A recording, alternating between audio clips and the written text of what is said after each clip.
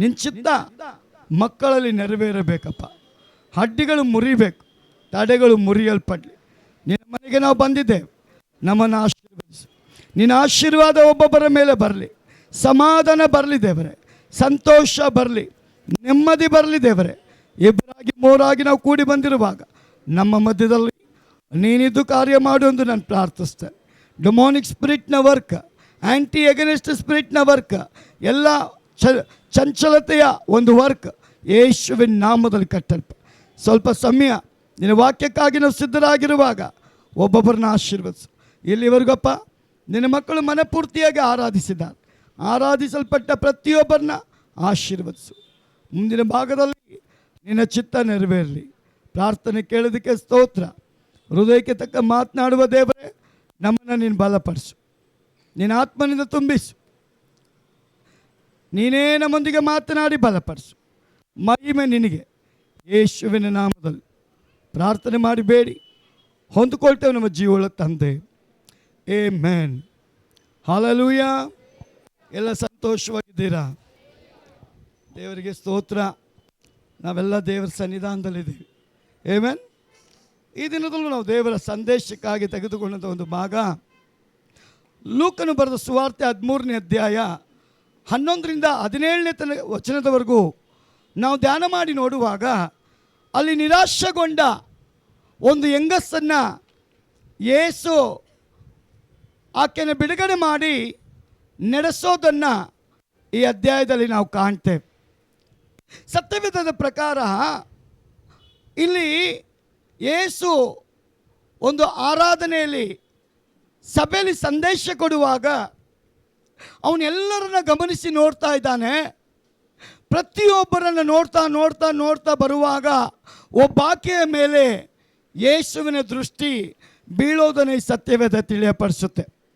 ಅದರ ಅರ್ಥ ಯೇಸು ಸಂದೇಶ ಕೊಡುವುದು ಮಾತ್ರ ಅಲ್ಲ.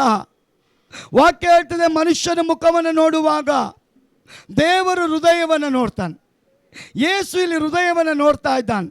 ನೊಂದು ಹೋದ ಹೃದಯ, ಸೋತು ಹೋದ ಹೃದಯ, ಕುಗ್ಗಲ್ಪಟ್ಟ ಒಂದು ಹೃದಯ, ನಿರಾಶೆಗೊಂಡ ಒಂದು ಹೃದಯ, ಜೀವನದ ಪೂರ್ತಿ ವೇದನೆಯಲ್ಲೇ ಕಳೆಯಲ್ಪಟ್ಟಂಥ ಒಬ್ಬಾಕೆಯ ಹೃದಯವನ್ನು ಕುರಿತು ಇಲ್ಲಿ ನಾವು ಧ್ಯಾನ ಮಾಡಲಿಕ್ಕಿದ್ದೇವೆ.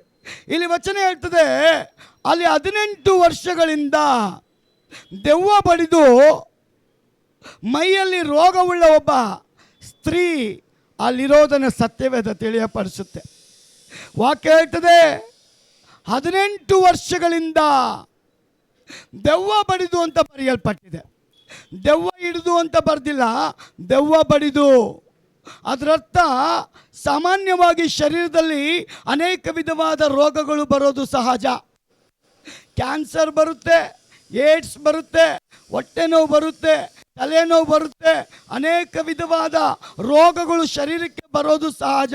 ಎಲ್ಲ ರೋಗಗಳು ದೆವ್ವದಿಂದ ಬಂತು ಅಂತ ನಾವು ಹೇಳೋಕ್ಕೆ ಆಗಲ್ಲ. ಕೆಲವೊಂದು ರೋಗ ನಮ್ಮ ಶರೀರದಿಂದ ಬರುತ್ತೆ, ಕೆಲವೊಂದು ರೋಗ ದೆವ್ವ ತಂದಾಕ್ತಾನೆ. ಆದರೆ ಈಕೆಯ ಒಳಗೆ ಬಂದಿರೋದು ಶಾರೀರಿಕವಾಗಿ ಬಂದಂಥ ರೋಗ ಅಲ್ಲ. ಬೈಬಲ್ ಹೇಳ್ತದೆ 18 ವರ್ಷಗಳಿಂದ ದೆವ್ವ ಬಡಿದವಳಾಗಿ, ಸೊಂಟ ಬಗ್ಗಲ್ಪಟ್ಟು, ತಲೆ ಎತ್ತಲಕ್ಕಾಗದೆ, ನೆಟ್ಟಗೆ ನಿಂತುಕೊಳ್ಳಕ್ಕಾಗದೆ, ತಲೆ ಎತ್ತಿ ಮಾತನಾಡಲಿಕ್ಕಾಗದೆ ಒಂದು ಪ್ರಾಬ್ಲಮಲ್ಲಿ ಬಿದ್ದಿರುವಂಥ ಈ ಸ್ತ್ರೀಯನ್ನು ಕುರಿತು ಯೇಸು ಮಾತನಾಡ್ತಾ ಇದ್ದಾನೆ. ತುಂಬಿದ ಸಭೆ, ದೇವರ ವಾಕ್ಯ ಹಂಚುವಂಥ ಸಂದರ್ಭ, ದೇವರ ವಾಕ್ಯಕ್ಕೆ ಆಧಾರವಾಗಿ ಯೇಸು ಎಲ್ಲ ಹೃದಯಗಳನ್ನ ನೋಡ್ಕೊಂಡು ಬರ್ತಾ ಇದ್ದಾನೆ. ಆದರೆ ಈ ಹೃದಯ ನೊಂದು ಹೋಗಿದೆ, ಕುಗ್ಗು ಹೋಗಿದೆ, ಸೋತು ಹೋಗಿದೆ, ಪರಿಸ್ಥಿತಿ ಸರಿ ಇಲ್ಲ. ಯಾವ ರೀತಿಯಾದ ಸ್ಥಿತಿಯಲ್ಲಿದ್ದಾಳೆ ಅಂದರೆ ದೇವರ ವಾಕ್ಯ ಹೇಳ್ತದೆ, ಅವಳು ಬೆಂಡಾಗಿದ್ದಾಳೆ.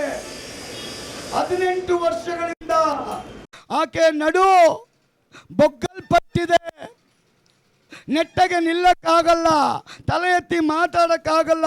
ಇಂಥ ಒಂದು ಪರಿಸ್ಥಿತಿಯ ರೋಗದಲ್ಲಿ ಇರತಕ್ಕ ಆ ಸ್ತ್ರೀ ಆರಾಧನೆಗಾಗಿ ಬಂದಿರುವಾಗ ದೇವರಿಗೆ ಸ್ತೋತ್ರ.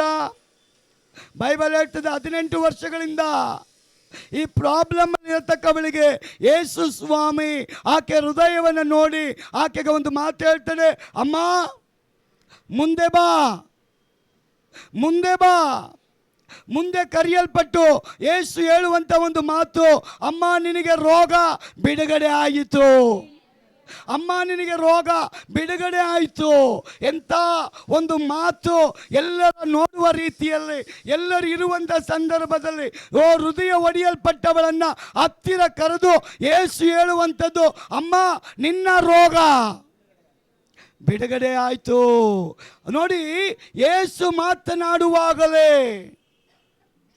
18 ವರ್ಷದಿಂದ ಸಫರ್ ಪಟ್ಟಂತ ಈ ಒಂದು ತಾಯಿ ಯೇಸುವಿನ ಮಾತನ್ನ ಸ್ವೀಕಾರ ಮಾಡಿಕೊಳ್ತಾ ಇದ್ದಾಳೆ. ವಾಕ್ಯ ಹೇಳ್ತದೆ ಇಬ್ರಿಯ 4:12 ದೇವರ ವಾಕ್ಯ ಸಜೀವವಾದದ್ದು, ನಂಬುವವರೊಳಗೆ ಕಾರ್ಯ ಮಾಡುವಂಥದ್ದು, ಬಿಡುಗಡೆ ತರುವಂಥದ್ದು, ಸ್ವಸ್ಥತೆ ಮಾಡುವಂಥದ್ದು, ಅದ್ಭುತ ಅತಿಶಯಗಳನ್ನ ಅದು ಮಾಡಿ ಮುಗಿಸುವಂಥದ್ದು. ಯೇಸು ಒಬ್ಬರ ವಿಷಯದಲ್ಲಿ ಮಾತನಾಡಿದ್ರೆ ವಾಕ್ಯ ಹೇಳ್ತದೆ ದೇವರ ಬಾಯಿಂದ ಬಂದ ಮಾತು ಸುಮ್ಮನೆ ಹಿಂದಿರುಗಿ ಹೋಗಲ್ಲ, ಅದು ಕಾರ್ಯ ಮಾಡದ ಹೊರತು ಹಿಂದೆ ಹೋಗಲ್ಲಮ್ಮ. ಯಾರು ನಂಬ್ತಾರೋ ಅವರ ಒಳಗಡೆ ಪ್ರವೇಶ ಮಾಡುವಂತ ದೇವರ ಮಾತು ಜೀವವನ್ನು ಕೊಂಡು ತರ್ತದೆ, ಅದ್ಭುತವನ್ನು ಕೊಂಡು ತರ್ತದೆ, ಆರೋಗ್ಯವನ್ನು ಕೊಂಡು ತರ್ತದೆ. 18 ವರ್ಷದಿಂದ ದೆವ್ವ ಬಡಿದು ಬೊಕ್ಕಲ್ಪಟ್ಟವಳಿಗೆ ಯೇಸು ಹೇಳ್ತಾ ಇದ್ದಾನೆ, ಅಮ್ಮ ನಿನಗೆ ಬಿಡುಗಡೆ ಆಯಿತು. ಈ ಆರಾಧನೆಯಲ್ಲಿ ಕೂಡಿ ಬಂದಿರುವಂಥ ನಾವು ಯಾವುದೋ ಒಂದು ಮಾನಸಿಕವಾದ ರೋಗ ಸಮಸ್ಯೆಯಲ್ಲಿ ಇರುವುದಾದರೆ ನನ್ನ ಹೃದಯವನ್ನು ಯೇಸು ನೋಡ್ತಾನೆ, ನನ್ನ ಕುಟುಂಬವನ್ನು ಯೇಸು ನೋಡ್ತಾನೆ, ನನ್ನ ಪರಿಸ್ಥಿತಿಯನ್ನು ಯೇಸು ನೋಡುವವನಾಗಿದ್ದಾನೆ. ದೇವರ ವಾಕ್ಯ ಹೇಳ್ತದೆ ಯೇಸು ಆಡುವಾಗಲೇ ಆಕೆಗೆ ಬಿಡುಗಡೆ ಆಗಿದೆ. ದೇವರ ವಾಕ್ಯ ಹೇಳ್ತದೆ ಯೇಸು ಸ್ವಾಮಿ ಈಕೆನ ಬಿಡುಗಡೆ ಮಾಡುವುದು ಮಾತ್ರ ಅಲ್ಲ, ಈಕೆ ಬಿಡುಗಡೆ ಆದ ಮೇಲೆ ಎಲ್ಲ ಜನರ ಮುಂದೆ ದೇವರನ್ನ ಘನಪಡಿಸಿದ್ದಾಳೆ, ಕುಣಿದಿದ್ದಾಳೆ, ಕುಪ್ಪಳಿಸಿದ್ದಾಳೆ, ಕರಗಳನ್ನ ತಟ್ಟಿದ್ದಾಳೆ, ಜೈಕಾರ ಹಾಕಿದ್ದಾಳೆ, ದೇವರಿಗೆ ಅಂತರಾಳದಿಂದ ಮಹಿಮೆಯನ್ನು ಸಲ್ಲಿಸಿದ್ದಾಳೆ. ಯೇಸುವಿನ ವಾಕ್ಯದಲ್ಲಿ ನಾವು ನೋಡುವಾಗ 10 ಜನ ಕುಷ್ಠರೋಗಿಗಳಿದ್ದಾರೆ. 10 ಜನ ಕುಷ್ಠರೋಗಿಗಳನ್ನ ಯೇಸು ಒಂದು ಸಲ ಸಂಧಿಸ್ತಾ ಇದ್ದಾನೆ. ಯೇಸು ಸಂಧಿಸಿಲ್ಲ, ಯೇಸು ಇರುವ ಜಾಗಕ್ಕೆ ಈ 10 ಜನ ಕುಷ್ಠರೋಗಿಗಳು ಬರ್ತಾರೆ.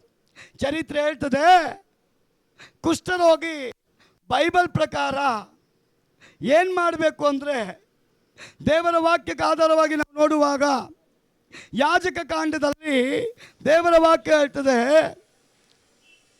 ಅಲ್ಲಿ ನೋಡುವಾಗ ದೇವರು ಮೋಶೆಗೆ ಹೇಳ್ತಾನೆ, ಈ ಕುಷ್ಠರೋಗದ ಜನ ಕಂಡು ಬಂದರೆ ಅವರು ಎಲ್ಲರ ಜೊತೆಯಲ್ಲಿ ಇರಂಗಿಲ್ಲ, ಊರಿನ ಹೊರಗಿರಬೇಕು, ಅವ್ರದ್ದೇ ಒಂದು ಸಂಘ ಇರಬೇಕು.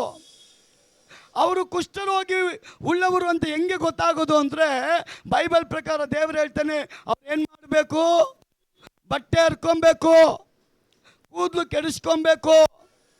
ಯಾರ ಮುಂದೆ ಆದರೂ ಬರೋಕ್ಕೆ ಮುಂಚೆ ಅವ್ರು ಏನು ಮಾಡಬೇಕಂದ್ರೆ, ನಾನು ಕುಷ್ಠರೋಗಿ, ನಾನು ಕುಷ್ಠರೋಗಿ, ನಾನು ಕುಷ್ಠರೋಗಿ ಅಂತ ಜೋರಾಗಿ ಕೂಗಿ ಹೇಳ್ಬೇಕಂತೆ. ಎಂಥ ಒಂದು ಪರಿಸ್ಥಿತಿ ನೋಡಿ!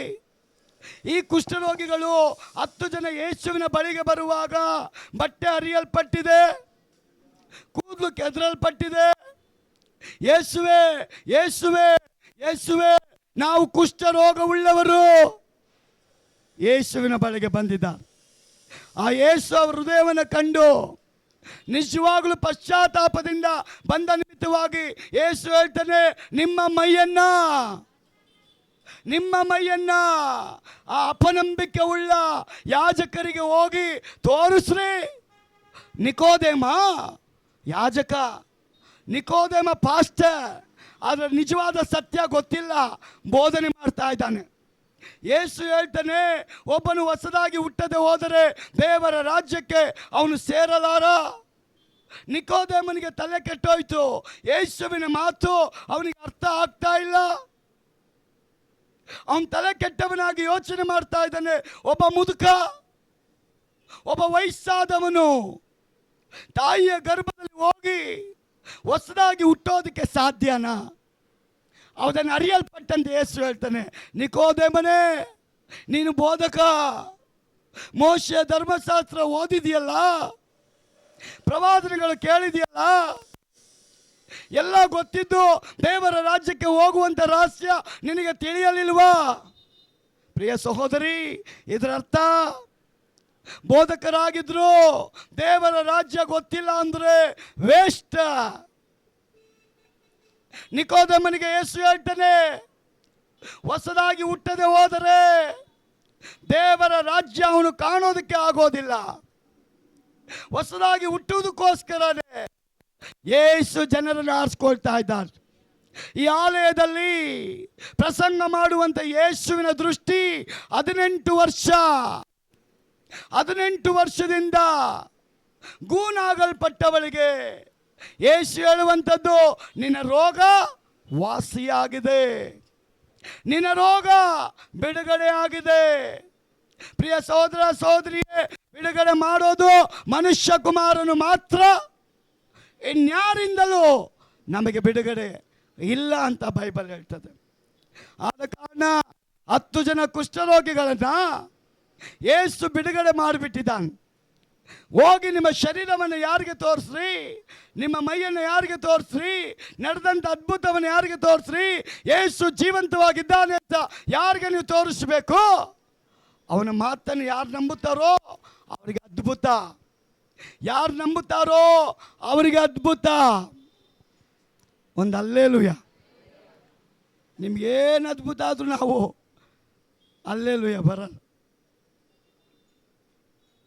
ಇಸ್ರಾಯೇಲ್ ಜನ ಹೇಳ್ತಾರೆ, ಐಗುಪ್ತದಲ್ಲಿದ್ದೋ ನಾವು, ಬಿಟ್ಟಿ ಕೆಲಸ ಮಾಡಿ ನಿಟ್ಟುಸಿರು ಬಿಟ್ಟಿದ್ದೋ, ಈಗ ಅರಣ್ಯಕ್ಕೆ ಬಂದಿದ್ದೇವೆ, ಆದರೂ ನಾವು ಕನಸು ಕಂಡಂಥವರಾಗಿದ್ದೇವೆ. ಇದು ನಿಜನಾ ಸುಳ್ಳ ಅಂತ ನಮಗೆ ಗೊತ್ತಾಗ್ತಾ ಇಲ್ಲ. ಇವತ್ತು ನಾವು ಯಾವ ಭ್ರಮೆಯಲ್ಲಿದ್ದೀವಿ ಅಂದರೆ ಲೋಕದಲ್ಲಿ ಶಾಶ್ವತವಾಗಿ ಉಳಿತೀವಿ ಅಂತ ಇದ್ದೇವೆ. ಅದು ಸತ್ಯವೇದ ಹೇಳ್ತದೆ, ಆಗಲ್ಲ. ಲೋಕದಲ್ಲಿ ಒಬ್ಬನು ಉಳಿಯಕ್ಕಾಗಲ್ಲ. ನಿಜವಾದ ವಿಶ್ವಾಸಿ ಮಾತ್ರ ಪರಲೋಕ ರಾಜ್ಯಕ್ಕೆ ಬಾಧ್ಯಸ್ಥನಾಗೋದಕ್ಕೆ ಸಾಧ್ಯ. ಅದಕ್ಕೆ ಒಬ್ಬನು ನೀರಿನಿಂದಲೂ ಆತ್ಮನಿಂದಲೂ ಹುಟ್ಟದೆ ಹೋದರೆ ದೇವರ ರಾಜ್ಯ ಅವನು ಕಾಣೋಕ್ಕಾಗೋದಿಲ್ಲ. ಆದ ಕಾರಣ ಈ ಕುಷ್ಠರೋಗಿಗಳು ಉಪಕಾರ ಹೊಂದಿದ್ದಾರೆ. ಯೇಸುವಿನ ಬಾಯಿಂದ ಬರುವ ಮಾತುಗಳನ್ನು ಯಾರು ಸ್ವೀಕಾರ ಮಾಡಿಕೊಳ್ತಾರೋ ಅವರು ಆತ್ಮಿಕವಾಗಿಯೂ, ಮಾನಸಿಕವಾಗಿಯೂ, ಶಾರೀರಿಕವಾಗಿಯೂ, ಆರ್ಥಿಕವಾಗಿಯೂ ಅವರು ಬಿಡುಗಡೆ ಹೊಂದುತ್ತಾರೆ. ಆ ಸ್ವರ ನಾನು ಮತ್ತು ನೀವು ಕೇಳಿಸುವಾಗ ಅದರಲ್ಲಿ ಜೀವ ಹರಿದು ಬರ್ತದೆ. ಯಾಕಂದ್ರೆ ದೇವರ ವಾಕ್ಯ ಹೇಳ್ತದೆ, ಆಕಾಶ ಭೂಮಿ ಅಳಿದು ಹೋಗುತ್ತೆ, ದೇವರ ಬಾಯಿಂದ ಬಂದ ಒಂದೊಂದು ಮಾತು ಅಳಿದು ಹೋಗಲ್ಲ. ಅದು ಕಾರ್ಯ ಮಾಡದ ಹೊರತು ಕರ್ತನ ಕಡೆಗೆ ವಾಪಸ್ ಹೋಗೋದಿಲ್ಲ ಅಂತ. Hallelujah, hallelujah. 10 ಜನ ಕುಷ್ಠರೋಗಿಗಳು ಬಿಡುಗಡೆ ಆದಮೇಲೆ ಒಬ್ಬನಿಗೆ ಮಾತ್ರ ಮನಕಣ್ಣು ಓಪನ್ ಆಯಿತು. ನಿಜವಾದ ಒಂದು ರಕ್ಷಣೆ ಅವನಿಗೆ ಉಂಟಾಯಿತು. ನಿಜವಾಗಲೂ ಅವನಿಗೆ ಗೊತ್ತಾಯಿತು, ದೇವಕುಮಾರನ ಮೂಲಕವಾಗಿ ನಾವು ಬಿಡುಗಡೆ ಹೊಂದಿದ್ದೀವಲ್ಲ, ಅದಕ್ಕೆ ಪ್ರತಿಯಾಗಿ ನಾನು ಕೃತಜ್ಞತೆಯನ್ನು ಸಲ್ಲಿಸಲೇಬೇಕು ಅಂತ. ಯೇಸು ಇರುವಂಥ ಸ್ಥಳಕ್ಕೆ 10 ಜನ ಅಲ್ಲ, ಒಬ್ಬನೇ ಒಬ್ಬ, ಅದು ಒಬ್ಬನೇ ಒಬ್ಬ ಓಡಿ ಬಂದು ಯೇಸುವಿಗೆ ಕೈಗೆ ಸೆಕೆಂಡ್ ಕೊಟ್ಟು ಹೋಗ್ತಾ ಇಲ್ಲ ರೀ. ಬೈಬಲ್ ಹೇಳ್ತದೆ, ಅವನು ಓಡಿ ಬಂದಿದ್ದಾನೆ, ಯೇಸುವಿನ ಪಾದಕ್ಕೆ ಅಡ್ಡ ಬಿದ್ದಿದ್ದಾನೆ, ಕಾಲು ಮುಗಿದಿದ್ದಾನೆ, ಕಾಲು ಹಿಡಿದು ಹತ್ತಿದ್ದಾನೆ. ನಾನು ಕುಷ್ಠರೋಗದಲ್ಲಿ ಸಾಯ್ತಾ ಇದ್ದೆ, ಬಿಡಿಸೋದಕ್ಕೆ ಯಾವ ವೈದ್ಯರ ಮದ್ದು ನಮಗೆ ಆರೋಗ್ಯ ಬಿಡುಗಡೆ ಕೊಡಲಿಲ್ಲ. ನಿನ್ನ ಒಂದೇ ಒಂದು ಮಾತು ಇವತ್ತು ನನ್ನ ಗುಣ ಮಾಡ್ತಲ್ಲ, ಅದನ್ನು ನನ್ನ ಜೀವನ ಪೂರ್ತಿ ಮರೆಯಲ್ಲ ಯೇಸಪ್ಪ. ಅವನು ಮರೆಯಲ್ಲ ಅಂತ ಯಾವಾಗಲೂ ಹೇಳಿಲ್ರಿ. ಬಿಡುಗಡೆ ಆದ ಕೂಡಲೇ ಅವನು ಯಾಜಕರಿಗೆ ಮೈ ತೋರಿಸೋದಕ್ಕೆ ಮೊದಲೇ ಕ್ರಿಸ್ತನ ಬಳಿಗೆ ಓಡಿ ಬಂದಿದ್ದಾನೆ. ಓಡಿ ಬಂದು ಅಡ್ಡ ಬಿದ್ದು ಮೊಣಕಾಲಾಕಿ ಒಪ್ಪಿಕೊಂಡವನಾಗಿ ಹೇಳ್ತಾನೆ, ನಾನು ಈ ಒಂದು ಉಪಕಾರವನ್ನು ಜೀವ ಇರುವ ದಿನದ ತನಕ ನಾನು ಸಾಕ್ಷಿಯಾಗಿರ್ತೇನೆ. ಜೀವ ಇರುವ ದಿನದ ತನಕ ನಾನು ನಿನಗಾಗಿ ಜೀವಿಸ್ತೇನೆ, ನಿನಗಾಗಿ ಬಾಳ್ತೇನೆ, ನಿನಗಾಗಿ ಬದುಕ್ತೇನೆ. ನಿನ್ನ ನಾಮ ಒಂದೊಂದು ದಿನ ನಾನು ಎಲ್ಲೆಲ್ಲ ಹೋಗಿ ಬರ್ತೀನೋ ಅಲ್ಲೆಲ್ಲ ಹೇಳ್ಕೊಂಡು ಬರ್ತೇನೆ. ಯೇಸು ಕೇಳ್ತಾನೆ, ನೀನೇನೋ ಓಕೆ, ಇನ್ನು 9 ಜನ ಇದ್ದಾರಲ್ಲ ಅವರ ಲೈಫಲ್ಲಿ ಅವರು ಜೋಕೆ ಅಂತಾನೆ. ನೀನೇನೋ ಓಕೆ ಬಂದು ಮಾರ್ಪಟ್ಬಿಟ್ಟೆ. ಇನ್ನು 9 ಜನ ಎಲ್ಲಿ? ಕೃತಜ್ಞತೆ ಇಲ್ಲದವರು ಎಲ್ಲಿ? ಸಮಯ ಸಾಧಕರು ಎಲ್ಲಿ? ಆರೋಗ್ಯ ಬೇಕಾದಾಗ ಬಂದ್ರಲ್ಲ ಅವ್ರು ಎಲ್ಲಿ? ಬಿಡುಗಡೆ ಆದಮೇಲೆ ಅವರಿಗೆ ನಾನು ಬೇಡವಾ? ನನ್ನ ಆಶ್ರಯ ಬೇಡವಾ? ನನ್ನ ಆಶೀರ್ವಾದ ಬೇಡವಾ? ನನ್ನ ರಾಜ್ಯ ಅವರಿಗೆ ಬೇಡವಾ? ನಾನಿರುವಂಥ ಸ್ಥಳ ಅವರಿಗೆ ಬೇಕಾಗಿಲ್ವಾ? ಇದು ಯೇಸು ಆ 9 ಜನರನ್ನು ಕುರಿತು ಅವನು ಮಾತನಾಡ್ತಾ ಇದ್ದಾನೆ. ಪ್ರಿಯ ಸಹೋದರಿಯೇ, ಇವತ್ತು ನಿರಾಶೆ ಆಗಿರೋದಾದರೆ ನಿನ್ನ ನಿರಾಶೆಯನ್ನು ತೆಗೆದು ನಿರೀಕ್ಷೆಯನ್ನು ಹುಟ್ಟಿಸೋ ದೇವರು ಅವನು ಕಾರ್ಯ ಮಾಡೋದಕ್ಕೆ ಶಕ್ತನಾಗಿದೆ. ನನ್ನ ದೇವರಿಂದ ಅಸಾಧ್ಯವಾದ ಕಾರ್ಯ ಯಾವುದೂ ಇಲ್ಲ. ದೇವರ ಬಾಯಿಂದ ಬಂದ ಮಾತನ್ನು ಅಲುಗಾಡಿಸುವಂಥ ಶಕ್ತಿ ಈ ಲೋಕದಲ್ಲಿ ಇಲ್ಲ. ದೇವರ ಬಾಯಿಂದ ಬರೋ ಮಾತು ಶಕ್ತಿಯಿಂದ ತುಂಬಲ್ಪಟ್ಟಿದೆ. ದೇವರ ಬಾಯಿಂದ ಬರೋ ಒಂದೊಂದು ಮಾತು ವಿಶ್ವಾಸಿಗೆ ಶಕ್ತಿ, ಬಲ, ಧೈರ್ಯ, ನಂಬಿಕೆ, ನಿರೀಕ್ಷೆ, ದೊಡ್ಡ ಜಯವನ್ನು ದೇವರು ತರಲಿಕ್ಕೆ ಶಕ್ತನಾಗಿದೆ. ಪ್ರಿಯ ಸಹೋದರ ಸಹೋದರಿ, ದೇವರ ವಾಕ್ಯ ಹೇಳ್ತದೆ, ಯೇಸು ಸಂಜೆ ಆದಾಗ ಪೇತ್ರನ ಮನೆಗೆ ಹೋಗಿದ್ದಾನೆ. ಪೇತ್ರನ ಮನೆಗೆ ಹೋದಾಗ ದೇವರ ವಾಕ್ಯ ಹೇಳ್ತದೆ, ಆಲಯದಲ್ಲಿ 18 ವರ್ಷದವಳನ್ನ ಮುಂದೆ ಕರೆದು ನಿನ್ನ ರೋಗ ವಾಸಿಯಾಗಿದೆ ಅಂತ ಹೇಳಲ್ಪಟ್ಟ ಯೇಸು ಆಕೆ ತಲೆ ಮೇಲೆ ಕೈ ಇಟ್ಟಿದ್ದಾನೆ. ರೋಗ ವಾಸಿಯಾಗಿದೆ. ಪೇತ್ರನ ಮನೆಗೆ ಬಂದಂತ ಯೇಸು ಅವರ ಅತ್ತೆಗೆ ಜ್ವರ.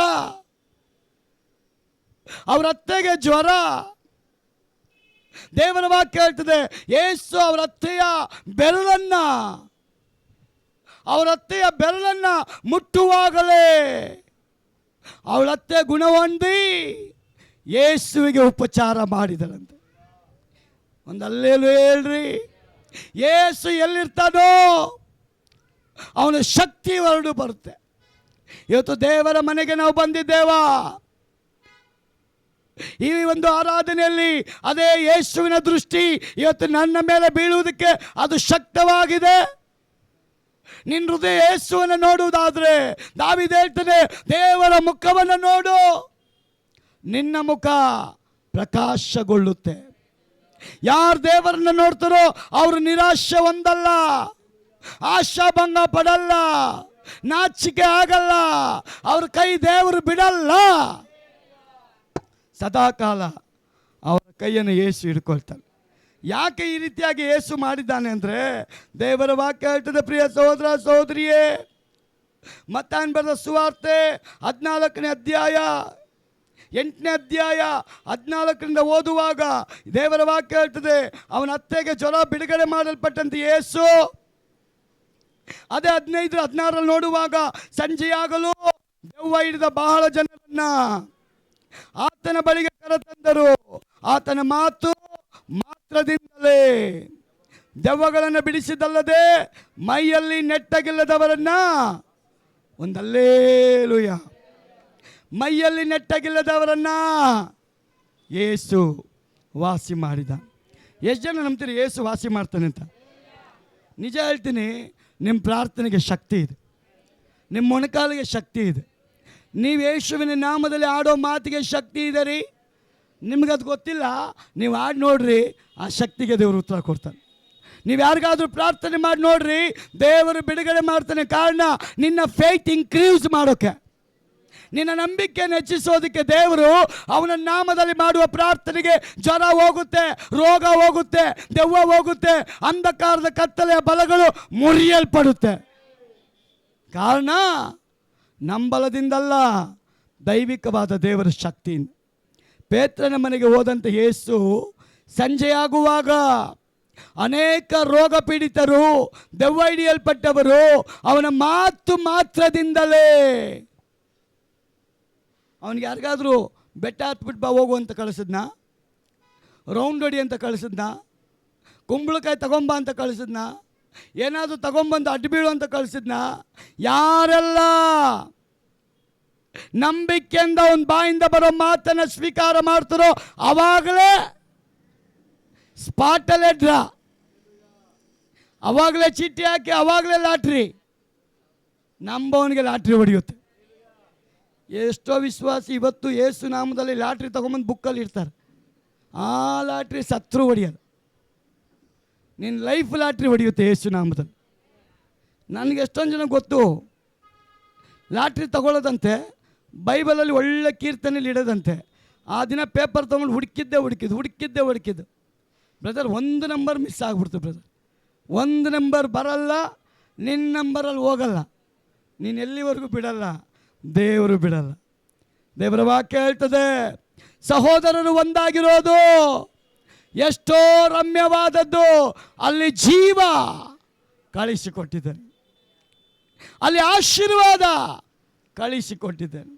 ಹಲ್ಲೆಲೂಯಾ. ಸಹೋದರರು ಒಂದಾಗಿರುವಾಗ ದೇವರ ಆತ್ಮನ ಜೀವ ಯೇಸುವಿನ ನಾಮದಲ್ಲಿ ಇಳಿದು ಬರುತ್ತಂತೆ. ಅಲ್ಲಿ ಆಶೀರ್ವಾದ ಇಳಿದು ಬರುತ್ತಂತೆ. ಅವರ ಹಿಂದುಗಡೆ ಶುಭವು ಕೃಪೆಯು ಹಿಂಬಾಲಿಸುತ್ತಂತೆ. ಒಂದು ಆಮೇಲೆ ಹೇಳ್ರಿ.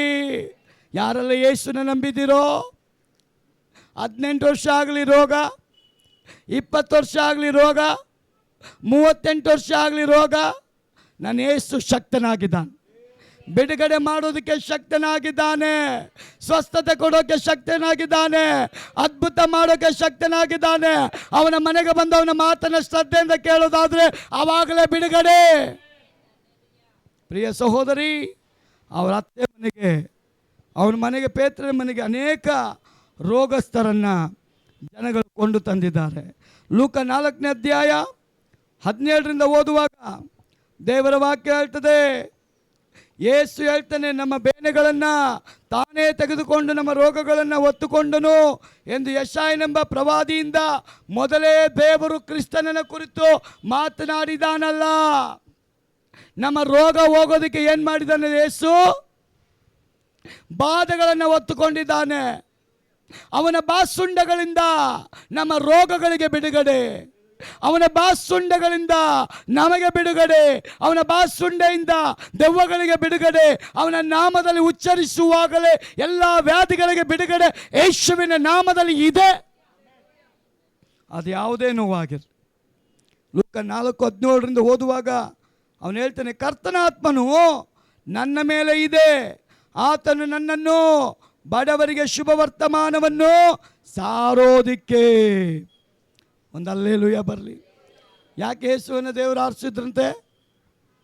ಬಡವರಿಗೆ ಶುಭ ವರ್ತಮಾನವನ್ನು ಸಾರೋದಕ್ಕೆ ಯೇಸುವನ್ನು ದೇವರು ಅಭಿಷೇಕಿಸಿ ಕಳಿಸಿದ್ದಾನಂತೆ.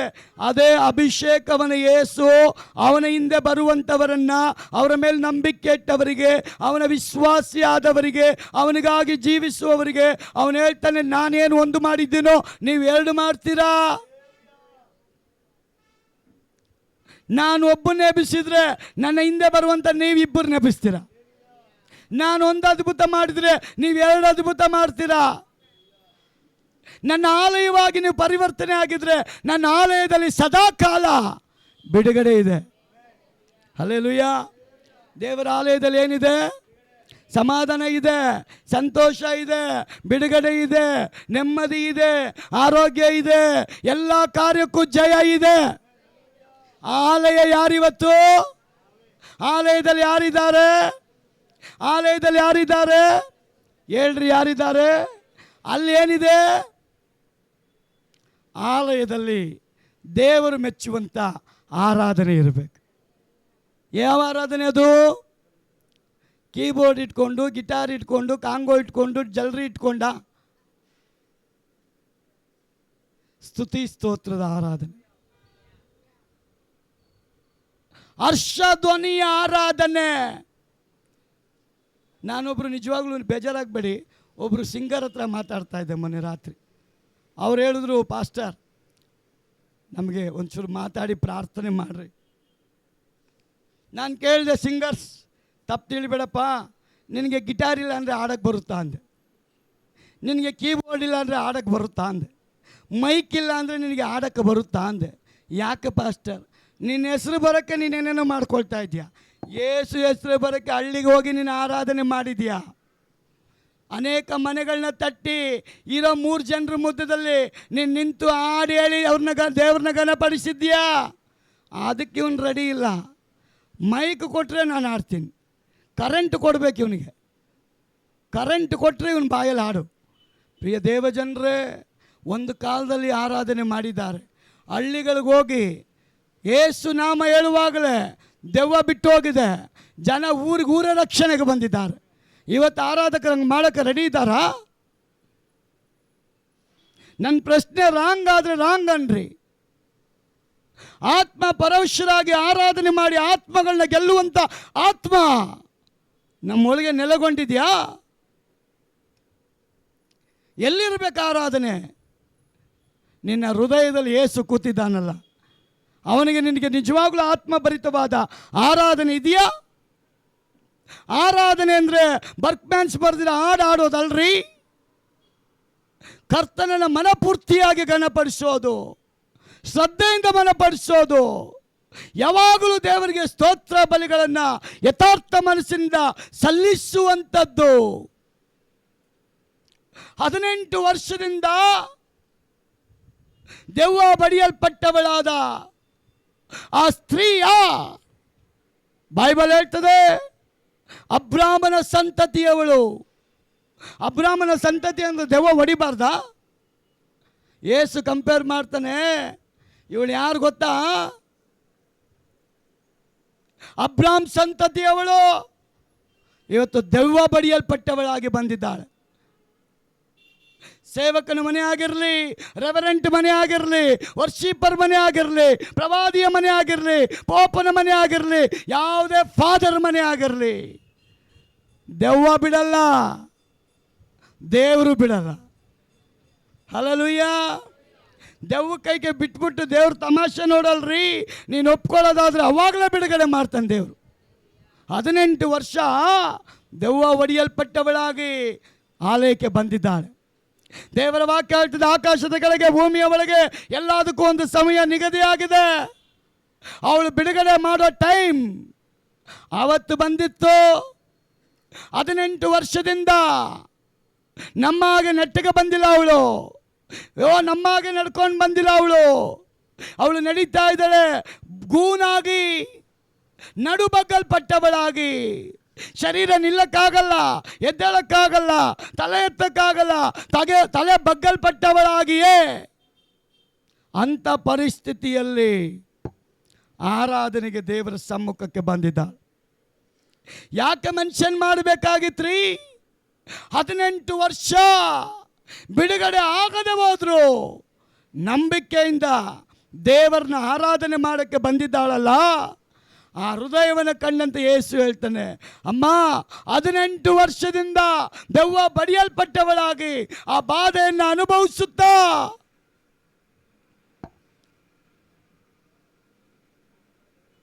ನಿರಾಶೆಗೊಂಡವಳಾಗಿದೆಯಲ್ಲ, ಮುಂದೆ ಬಾ. ಯೇಸುವಿನ ಬಾಯಿಂದ ಬರುವಂಥ ಮಾತನ್ನ ಆಕೆ ಶ್ರದ್ಧೆಯಿಂದ ಕೇಳಲ್ಪಟ್ಟ ನಿಮಿತ್ತವಾಗಲಿ ಆಗಲ್ಲೇ ಅವಳಿಗೆ ಬಿಡುಗಡೆ ಆಗಿದೆ. ಅವಳು ಬಿಡುಗಡೆ ಆದ್ಲು. ಅಲ್ಲಿ ಲೀಡರ್ಸ್ ಇದ್ರಲ್ಲ, ಯೇಸುವಿಗೆ ಬಂದು ಹೇಳ್ತಾರೆ, ಇದೇನು ನೀನು ಮಾಡಿದ್ದು? ನಿಂದೆಲ್ಲ ಈ ಬಿಡುಗಡೆ ಕೂಟನೆಲ್ಲ ನೀವು ಯಾವಾಗ ಇಟ್ಕೊಬೇಕು ಅಂದರೆ ಸೋಮವಾರದಿಂದ ಶನಿವಾರದವರೆಗೂ ಇಟ್ಕೋ. ಭಾನುವಾರ ದೇವ್ರ ದಿನ, ಅವತ್ತು ಯಾವ ಮಿರಾಕಲ್ ನೀನು ಮಾಡಂಗಿಲ್ಲ. ಯೇಸುಗೂ ನಮ್ಮ ಹಾಗೆ ಕೋಪ ಬರ್ತಾಯಿತ್ತು. ಯೇಸುಗೂ ನಮ್ಮ ಹಾಗೆ ಕೋಪ ಬರ್ತಾ ಇತ್ತಲ್ಲ, ಆ ಕೋಪ ಸತ್ಯಕ್ಕೆ ಅನುಗುಣವಾದ ಕೋಪ ಆಗಿತ್ತು. ಅದಕ್ಕೆ ವಾಕ್ಯ ಹೇಳ್ತದೆ, ಕೋಪ ಪಟ್ಟರು ಏನು ಮಾಡಬಾರ್ದಂತ, ನೀವು ಕೋಪ ಮಾಡಿಕೊಂಡ್ರು ಪಾಪ ಮಾಡಬೇಡ್ರಿ. ಯೇಸು ಹೇಳ್ತಾನೆ ಅವರಿಗೆ, ನಿಮ್ಮ ದನ ಕುರಿ ಸಬ್ಬತ್ ದಿನದಲ್ಲಿ ಒಂದು ವೇಳೆ ಗುಂಡಿಗೆ ಬಿದ್ದುಬಿಟ್ರೆ, ಹಳ್ಳದಲ್ಲಿ ಬಿದ್ದುಬಿಟ್ರೆ ನೋಡ್ಕೊಂಡು ಇವತ್ತು ಸಬ್ಬತ್ತು ಅಂತ ನಾಳೆವರೆಗೂ ಕಾಯ್ತಾ ಇದ್ದೀರಾ? ಇಲ್ಲ ಅಲ್ಲ. ಬೆಲೆನೇ ಇಲ್ಲದಂಥ ಕುರಿ ದನಕ್ಕೆ ನೀವು ಇಷ್ಟು ಬೆಲೆ ಕೊಡೋದಾದರೆ ದೇವರ ದೃಷ್ಟಿಯಲ್ಲಿ ಅಮೂಲ್ಯ ಮುತ್ತಾಗಿರುವಂಥ ಈ ಆತ್ಮ ಬಿಡುಗಡೆ ಮಾಡೋದು ತಪ್ಪ? ಅವಳು ನಿಮ್ಮನ್ನಲ್ಲ, ಅವಳು ನನ್ನನ್ನು ಹುಡುಕಿ ಬಂದಿದ್ದಾಳೆ. ಅವಳು ನಿಮ್ಮನ್ನಲ್ಲ, ಅವಳು ದೇವರನ್ನು ಹುಡುಕಿ ಬಂದಿದ್ದಾಳೆ. ಇದು ದೇವರ ಟೈಮ್. ಆದ ಕಾರಣ ಅವಳಿಗೆ ಬಿಡುಗಡೆ ದೇವರು ಕೊಟ್ಟಿದ್ದಾನೆ. ಪ್ರಿಯ ಸಹೋದರಿಯೇ, ಸಹೋದರನೇ, ದೇವರ ವಾಕ್ಯ ಹೇಳ್ತದೆ, ಯೇಸುವನ್ನು ಹುಡುಕುವವರಿಗೆ ಶುಭವು ಕೃಪೆಯು ಅವರನ್ನು ಹಿಂಬಾಲಿಸುವಂಥದ್ದಾಗಿದೆ. ಅದು ಯಾರನ್ನು ಹಿಂಬಾಲಿಸೋಲ್ರಿ? ಯೇಸುವನ್ನು ಯಾರು ಹಿಂಬಾಲಿಸ್ತಾರೋ ಅವರಿಗೆ ಶುಭವು ಕೃಪೆಯು. ಒಂದು ಆಮೇಲೆ ಹೇಳ್ರಿ. ಅವರಿಗೆ ಶುಭವು ಕೃಪೆಯು ಹಿಂಬಾಲಿಸುತ್ತಂತೆ. ಅದಕ್ಕೆ ದೇವರು ಹೇಳ್ತಾನೆ, ನನ್ನನ್ನು ಅಭಿಷೇಕ ಮಾಡಿರೋದು ಯಾಕೆ ಅಂದರೆ ಬಡವರಿಗೆ ಶುಭ ವರ್ತಮಾನವನ್ನು ಸಾರೋದಕ್ಕೆ. ಎಷ್ಟು ಜನ ಶುಭ ವರ್ತಮಾನ ಸಾರೋದಕ್ಕೆ ಸಿದ್ಧರಾಗಿದ್ದೀರಿ? ಅವಳು ಯಾರು? ಅಬ್ರಾಮನ ವಂಶದವಳು. ಯೋಹಾನ 3:5 ಬರೆಯಲ್ಪಟ್ಟಿದೆ, ನಿಕೋದೇಮನು ಸಭೆಯ ಬೋಧಕನಾಗಿದ್ದರು, ಅವನು ರಕ್ಷಣೆ ಹೊಂದಿರಲಿಲ್ಲ. ಯೇಸು ಹೇಳ್ತಾನೆ, ಒಬ್ಬನು ಹೊಸದಾಗಿ ಹುಟ್ಟದೆ ಹೋದರೆ ಅವನು ದೇವರ ರಾಜ್ಯವನ್ನು ಕಾಣಲಾರನು. ನಿಕೋದೇಮನಿಗೆ ಯೇಸು ಹೇಳಿದ ಅರ್ಥ ಆಗಿಲ್ಲ. ಇವತ್ತು ಅನೇಕ ಧಾರ್ಮಿಕ ಗುರುಗಳಿಗೆ ಸತ್ಯ ಮಾರ್ಗ ಗೊತ್ತಿಲ್ಲ. ಅನೇಕ ಧಾರ್ಮಿಕ ಗುರುಗಳಿಗೆ ನಿಜವಾದ ಮಾರ್ಗ ಗೊತ್ತಿಲ್ಲ. ಬೈಬಲ್ ಹೇಳ್ತದೆ ನಿಜವಾದ ಮಾರ್ಗ ಯೇಸು. ಅವ್ರು ನೀತಿ ಬೋಧನೆ ಮಾಡ್ತಾರೆ, ಸತ್ಯ ಹೇಳೋಕ್ಕಾಗ್ತಾ ಇಲ್ಲ. ನನಗೆ ಒಂದು ಫಾದರ್ ಬಂದು ಕೇಳಿದ್ರು, ನೀನೊಬ್ಬ ಬಂದುಬಿಡು 60 ಜನ ನಿನ್ನ ಹಿಂದೆ ಬರ್ತಾರೆ ಅಂತ. ಯಾಕಂದರೆ ನಾನು ಚಿಕ್ಕ ಹುಡುಗ ಆಗಿದ್ದಾಗ ನಾನು ಹೋಗೋ ಚರ್ಚಿಗೆ ಅವರೇ ಫಾದರ್ ಆಗಿದ್ರು. ಈ ಊರಿಗೆ ಬಂದಮೇಲೆ ಅವ್ರು ನನ್ನ ಫ್ರೆಂಡ್ ಆಗಿಬಿಟ್ರು. ನಾನು ಅವ್ರ ಅಕ್ಕಪಕ್ಕನೇ ಕೂತ್ಕೊಂಡು ಮಾತಾಡ್ತಾ ಇದ್ದು. ಒಂದು ದಿನ ನನ್ನ ಮನೆಗೆ ಬಂದು ಹೇಳ್ತಾರೆ, ನೀನು ಬಂದುಬಿಡು ವಾಪಸ್ಸು, 60 ಜನ ನಿನ್ನಿಂದ ಬರ್ತಾರಲ್ಲ ನಿಮ್ಮ ಕುಟುಂಬದಲ್ಲಿ. ನಾನು ಐ ಆಮ್ ಸಾರಿ, ಸತ್ಯ ಗೊತ್ತಾಗಿದೆ, ರಕ್ಷಣೆ ಹೊಂದ್ಕೊಂಡಿದ್ದೀನಿ, ನಾನು ಬರಲ್ಲ. ದೇವರಿಗೆ ಸ್ತೋತ್ರ. ಅವಾಗ ಅವ್ರು ಹೇಳ್ತಾರೆ, ಹೋಗಲಿ ಬಿಡು, ನೀನು ಯೇಸುನ ತಾನೇ ಆರಾಧನೆ ಮಾಡ್ತಾ ಇದೆಯಾ, ನಿನ್ನ ಲೈಫು ಒಳ್ಳೇದಾಗಲಿ ಅಂತಾರೆ. ಅವ್ರು ಹೇಳ್ತಾರೆ, ನಾವು ಸತ್ಯ ಗೊತ್ತಿದ್ರು ಸತ್ಯ ಹೇಳಂಗಿಲ್ಲ. ಕೋಳಿಗೆ 3 ಕಾಲು ಹೂ ಅನ್ಬೇಕಂತ. ಎಷ್ಟು ಕಾಲು ಕೋಳಿಗೆ? ಕೋಳಿ ಗೊತ್ತಿಲ್ಲ. ಕೋಳಿಗೆ ಎಷ್ಟು ಕಾಲು ರೀ? ಯಾರಾದರೂ ಬಂದು 3 ಕಾಲು ಅಂದರೆ ಯಾರಿಗೂ ಅನ್ನೋದು? ಈ ತುಂಬ ತರ್ಕ ಮಾಡ್ತಾರಲ್ಲ, ವಾದ ವಿವಾದ ಮಾಡ್ತಾರೆ ನೋಡ್ರಿ, ಅವರಿಗೆ ಹೂ ಅನ್ಬೇಕಂತೆ. ಹಂಗನ್ಬಿಟ್ಟು ಸೈತಾನ್ ಬಂದಾಗ ನೀವು ಫಾಸ್ಟ್ ಹೇಳವ್ರೆ 3 ಅಂತ ಒಪ್ಕೊಂಡ್ಬಿಡ್ಬೇಕು. ಆಮೇಲೆ ಯಾರೋ ಬಂದು ಅಡ್ಡು ಬೀಳು ಅಂದರೆ ನಾನು ಬೀಳ್ತೀನಿ ಅಂತ ಹೋಗ್ಬಿಟ್ಟಿರ. ಆಮೇಲೆ ಇಜ್ಜೋಡಾಗಬೇಡಿ ಅಂತ ಪೌಲ ಹೇಳ್ತಾನೆ. ಇಜ್ಜೋಡಾಗಬೇಡಿ ಅಂದರೆ ಗೋಡೆಗೆ ಹೋಗಿ ಮೈ ಉಚ್ಕೊಳ್ಬೇಡಿ ಅಂತನ. ಇಜ್ಜೋಡಂದ್ರೆ ಏನು? ಅನ್ಯರ ಜೊತೆ ವಿಶ್ವಾಸಿಗಳು ಸೇರಬಾರ್ದು. ಅನ್ಯರು ಯಾರು? ಹಂಗಾದ್ರೆ ಬ್ರದರ್, ಹಿಂದೂಗಳ ಜೊತೆ ನಾವು ಸೇರಂಗಿಲ್ವಾ? ಮುಸ್ಲಿಮ್ಸ್ ಜೊತೆ ನಾವು ಸೇರಂಗಿಲ್ವಾ? ಅವ್ರ ಮಧ್ಯದಲ್ಲಿ ಹೋಗಬೇಕು. ಏಸುನೇ ದೇವರಂತ ಹೇಳಬೇಕು. ಒಂದು ಅಲ್ಲೇಲೂ ಹೇಳಿ. ಎಷ್ಟು ಜನ ಹೇಳಕ್ಕೆ ರೆಡಿಯಾಗಿದ್ದೀರ? ಎಷ್ಟು ಜನ ಹೇಳಕ್ಕೆ ರೆಡಿಯಾಗಿದ್ದೀರ? ಪ್ರೀತಿಯ ದೇವ ಜನರೇ, ದೇವರ ವಾಕ್ಯ ಹೇಳ್ತದೆ, ಯೇಸುವನ್ನು ಅಭಿಷೇಕಿಸಲ್ಪಟ್ಟಂಥ ದೇವರು ಇವತ್ತು ನಿಮ್ಮನ್ನು ಅಭಿಷೇಕ ಮಾಡ್ತಾ ಇದ್ದಾನೆ ಸತ್ಯ ದೇವರನ್ನ ಕುರಿತು ಮಾತನಾಡೋದಕ್ಕೆ. ಅವನ ನಾಮವನ್ನು ಉಚ್ಚರಿಸುವಾಗ ಶತ್ರುವಿನ ಬಲ ಮುರಿಯಲ್ಪಡ್ತದೆ. ಅದು ರೋಗ ಮಾತ್ರ ಅಲ್ಲ, ದೆವ್ವ ಮಾತ್ರ ಅಲ್ಲ, ಅವನು ತರುವಂಥ ಮಾಟ ಮಂತ್ರಗಳು ಮುರಿಯಲ್ಪಡುತ್ತೆ. ಆಮೆನ್. ಎಷ್ಟು ಜನ ಮಾಟ ಮಂತ್ರ ಮುರಿಬೇಕಾ? ಎಷ್ಟು ಜನಕ್ಕೆ ಮುರಿಬೇಕು ಮಾಟ ಮಂತ್ರ? ಸತ್ಯನ ತಿಳ್ಕೊಂಡ್ರೆ ಸತ್ಯ ನಿಮ್ಮನ್ನು ಬಿಡುಗಡೆ ಮಾಡ್ತದೆ. ಯೆಶಾಯ 64:6. ಯಾಕಂದ್ರೆ ದೇವರ ವಾಕ್ಯ ಹೇಳ್ತದೆ, ತನ್ನಷ್ಟಕ್ಕೆ ತಾನೇ ಬಿಡಿಸಿಕೊಳ್ಳೋದಕ್ಕೆ ಸಾಧ್ಯವಿಲ್ಲ. ನಮ್ಮನ್ನು ನಾವೇ ರಕ್ಷಣೆ ಮಾಡ್ಕೊಳ್ಳೋಕ್ಕೆ ಸಾಧ್ಯವಿಲ್ಲ. ಅವಳಾಗೆ ರಕ್ಷಣೆ ಮಾಡ್ಕೊಳ್ಳೋಕೆ ಆಗಲಿಲ್ಲ. ಯೇಸು ರಕ್ಷಣೆ ಮಾಡೋಕ್ಕೆ ಬರಬೇಕಾಗಿತ್ತು. ಯಾಕಂದ್ರೆ ದೇವರ ವಾಕ್ಯ ಹೇಳ್ತದೆ, ಒಬ್ಬ ಮನುಷ್ಯನು ತನ್ನನ್ನು ತಾನು ರಕ್ಷಿಸಿಕೊಳ್ಳಲು ಸಾಧ್ಯವಿಲ್ಲ. ಯೆಶಾಯ 64:6 ಹೇಳ್ತದೆ, ನಾವೆಲ್ಲರೂ ಅಶುದ್ಧರಾಗಿದ್ದೇವೆ. ನಮ್ಮನ್ನು ಒಬ್ಬರು ಯಾರಾದರೂ ಬಂದು ಶುದ್ಧ ಮಾಡಬೇಕು, ಅದಕ್ಕೆ ಯೇಸು ಬಂದಿದ್ದಾನೆ. ನಾವೇನಾಗಿದ್ದೇವಂತೆ? ಅಶುದ್ಧರಾಗ್ಬಿಟ್ಟಿದ್ದೀವಿ. ಆದಾಮನ ಮೂಲಕ ಬಂದು ನಾವು ಅಶುದ್ಧರಾಗಿದ್ದೇವೆ. ಅಶುದ್ಧರಾಗಿರೋ ನಾವು ಈಗ ಶುದ್ಧರಾಗಬೇಕಲ್ಲ. ಅದಕ್ಕೆ ಶುದ್ಧರಾಗೋದಕ್ಕೆ ಅಶುದ್ಧ ಇಲ್ಲದೆ ಇರುವಂಥ ಯೇಸು ನಮ್ಮನ್ನು ಶುದ್ಧ ಮಾಡೋಕ್ಕೆ ಬಂದಿದ್ದ. ಆಮೆನ್. ದೇವರ ವಾಕ್ಯ ಹೇಳ್ತದೆ, ಲೂಕ 18:9-14 ನೋಡುವಾಗ ದೇವರ ವಾಕ್ಯದಲ್ಲಿ ನಾವು ನೋಡ್ತೇವೆ, ನಾವು ಅಶುದ್ಧರಾಗಿದ್ದೇವೆ ಮತ್ತು ಯಾವ ಒಳ್ಳೆ ಕಾರ್ಯಗಳು ಮನುಷ್ಯರನ್ನ ರಕ್ಷಣೆ ಮಾಡೋಕ್ಕೆ ಆಗಲ್ಲ. ಯಾವ ಒಳ್ಳೆ ಕಾರ್ಯ ಅಂದರೆ ಯಾವುದು ಒಳ್ಳೆ ಕಾರ್ಯ? ಯಾವ ಒಳ್ಳೆ ಕಾರ್ಯ ನಮಗೆ ರಕ್ಷಣೆ ಮಾಡೋಕ್ಕಾಗಲ್ಲ?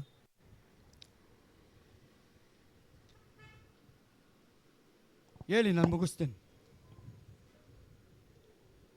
ಯಾವ ಒಳ್ಳೆ ಕಾರ್ಯ ಮನುಷ್ಯನನ್ನು ರಕ್ಷಣೆ ಮಾಡೋಕ್ಕಾಗಲ್ಲ? ಏನು ಹೇಳಿ ಬ್ರದರ್, ನಮಗೇನು ಬೇಜಾರಿಲ್ಲ. ಒಳ್ಳೆ ಕಾರ್ಯ ಅಂದ್ರೇನು? ಗುಯ್ ಗುಯ್ ಗುಯ್ ಗುಯ್ ಗುಯ್ ಅಂತ ನೀವೇ ಹೇಳ್ಕೊಂಬಿಟ್ರೆ ಅದು ಒಳ್ಳೆ ಕಾರ್ಯನ?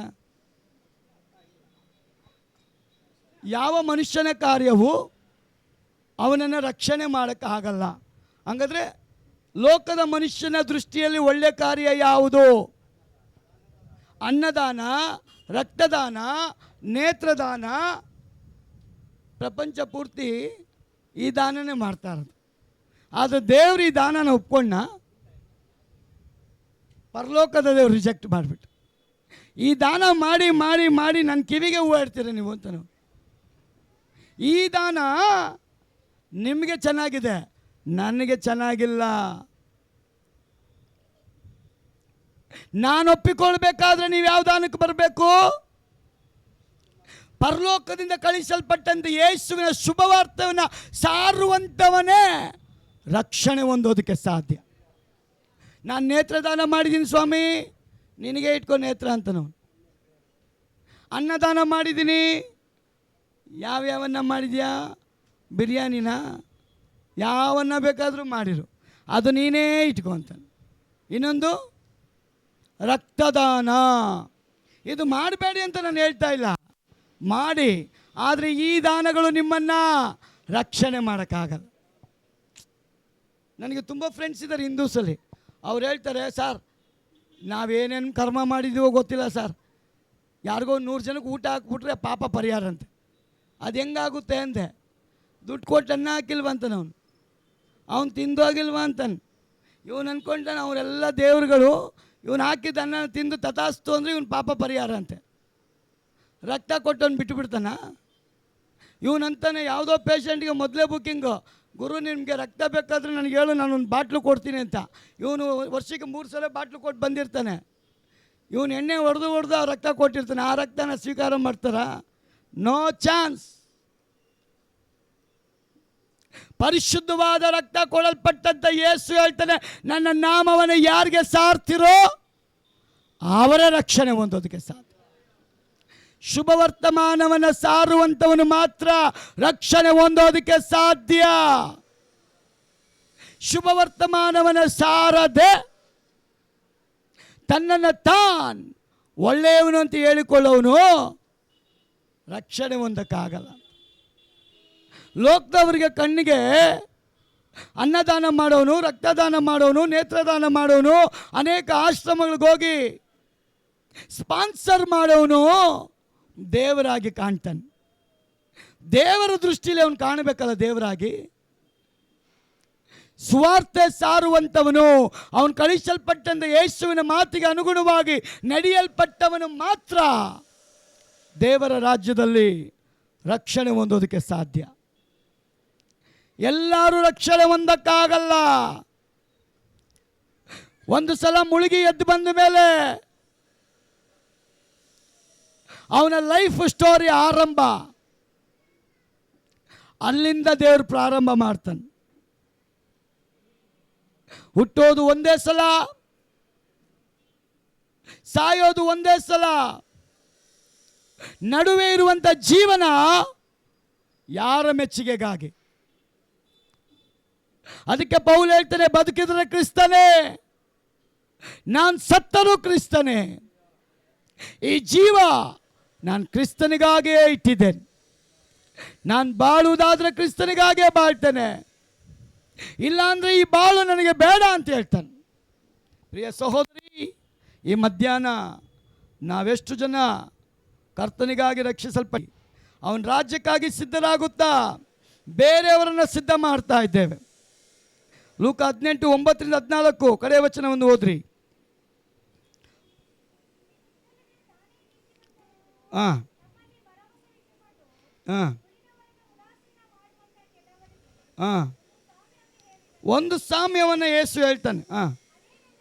ಹಾಂ ಪ್ರಾರ್ಥನೆ ಮಾಡಬೇಕೆಂದು ಇಬ್ಬರು ದೇವಾಲಯಕ್ಕೆ ಹೋದರು. ಒಬ್ಬನು ಫರಿಸಾಯನು, ಒಬ್ಬನು ಸುಂಕದವನು. ಫರಿಸಾಯನು ನೋಡು ನಿಂತುಕೊಂಡು ಪ್ರಾರ್ಥನೆ ಮಾಡುವಾಗ ತನ್ನೊಳಗೆ, ದೇವರೇ, ಸುಲುಕೊಳ್ಳುವವರು, ಅನ್ಯಾಯಗಾರರು, ಆಧಾರ ಮಾಡುವವರು ಆಗಿರುವ ಉಳಿದ ಜನರಂತೆ ನಾನಲ್ಲ. ಇವನು ಇಷ್ಟು ಪ್ರೇಯರ್ ಮಾಡಿಬಿಟ್ಟಿದ್ರೆ ದೇವ್ರು ಕ್ಷಮಿಸ್ತಾ ಇದ್ದ. ಲಾಸ್ಟ್ಗೆ ಒಂದು ಸಿಗ್ನೇಚರ್ ಹಾಕ್ಬಿಟ್ಟ. ಏನದು ಸಿಗ್ನೇಚರು?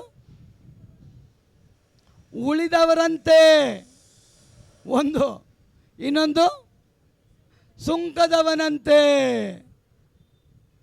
ಇವನೇ ಬತ್ತಿ ಇಟ್ಕೊಂಡ್ಬಿಟ್ಟ. ಇವತ್ತು ಎಷ್ಟೊಂದು ಜನ ನಾವು ಹಂಗೆ ಮಾಡ್ತಾ ಇದ್ದೇವೆ.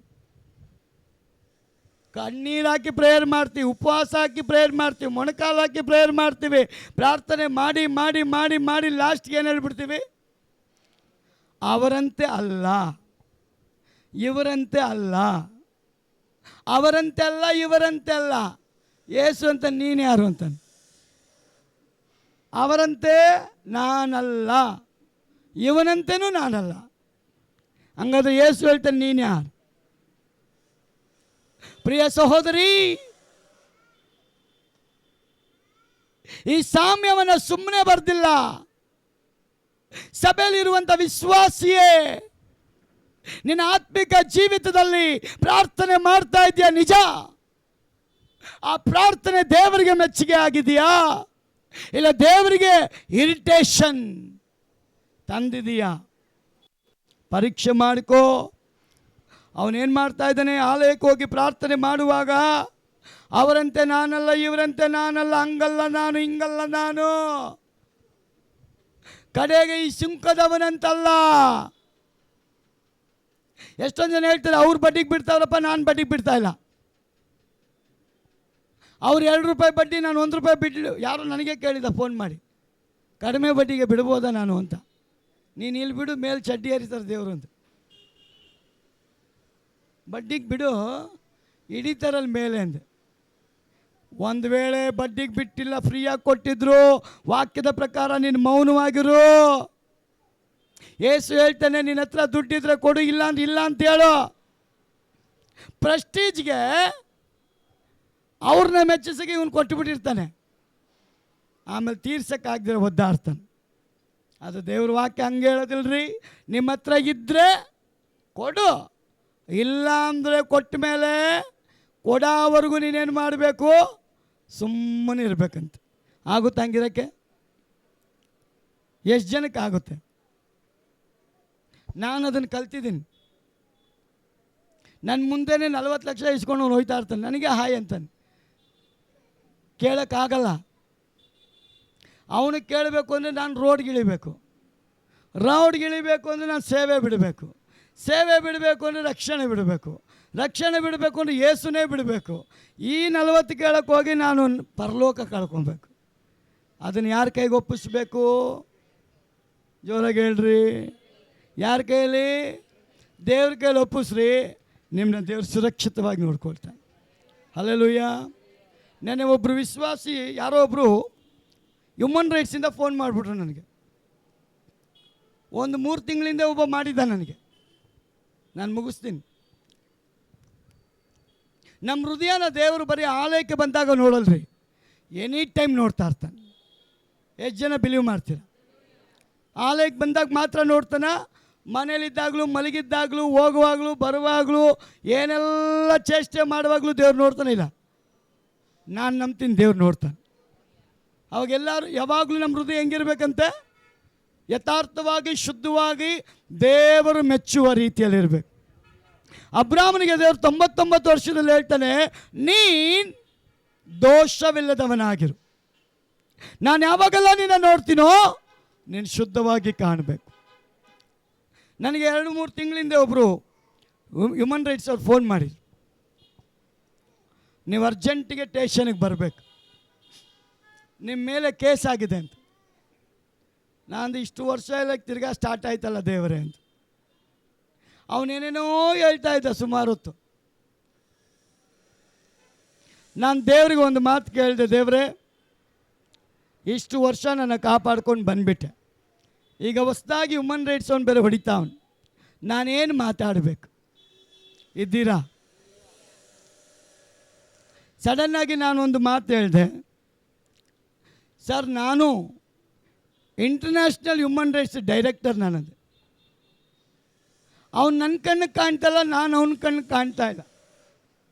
ಹಂಗೆ ಹೇಳಿದ ತಕ್ಷಣ ಆಮೇಲೆ ನೀವು ಹೇಳ್ಬಿಟ್ಟಿರ, ಯಾರಾದರೂ ಮಾಡಿದ್ರೆ ಬಂದು ಎಂಕ್ವೈರಿ ಮಾಡಿದ್ರೆ ನೀವು ನಿಜವಾಗ್ಲೂ ಅಲ್ಲಿ ಆಫೀಸಲ್ಲಿ ಇರಬೇಕು.